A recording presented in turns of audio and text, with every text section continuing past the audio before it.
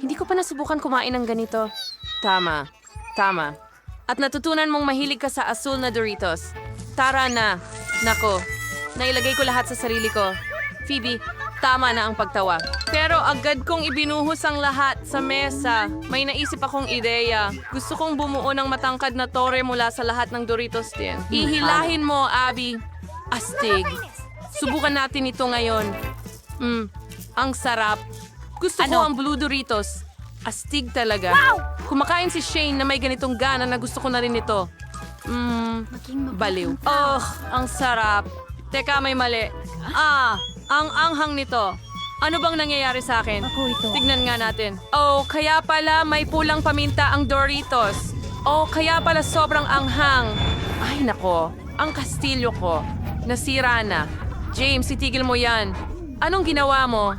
Natunaw ang buong kastilyo. Yung non-rate ko sa Mars, Tindara, o saan. Pwede ba kitang yakapin? Oh, hindi na kailangan. Ano man ang sabihin mo. Nakakatawa talaga sa pelikulang ito. Pero ang kastilyo ko, natunaw na.